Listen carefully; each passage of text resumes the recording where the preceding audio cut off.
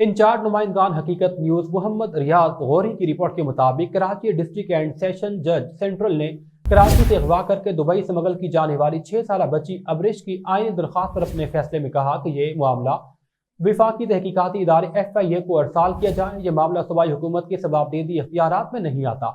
बच्ची पाकिस्तान से बैरून मुल्क कैसे गई, इसका फैसला फेडरल इन्वेस्टिगेशन का इदारा करने का मजाज है। इस हवाले से मुताल्लिक़ FIA से रुजू करें और मुतल्लिका इदारे इस हवाले से रिकॉर्ड फराहम करें।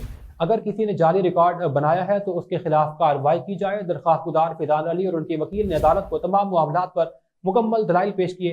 फैजान अली दरख्वास्त गुजार ने अदालत को बताया कि मेरी कमसिन बच्ची तालीमी इदारे के हॉस्टल से अगवा करके दुबई भेजी गई। अब्दुल वहीद, शाहिदा अंजुम, तूबा, मिशी खान और दीगर मुलव्विस हैं।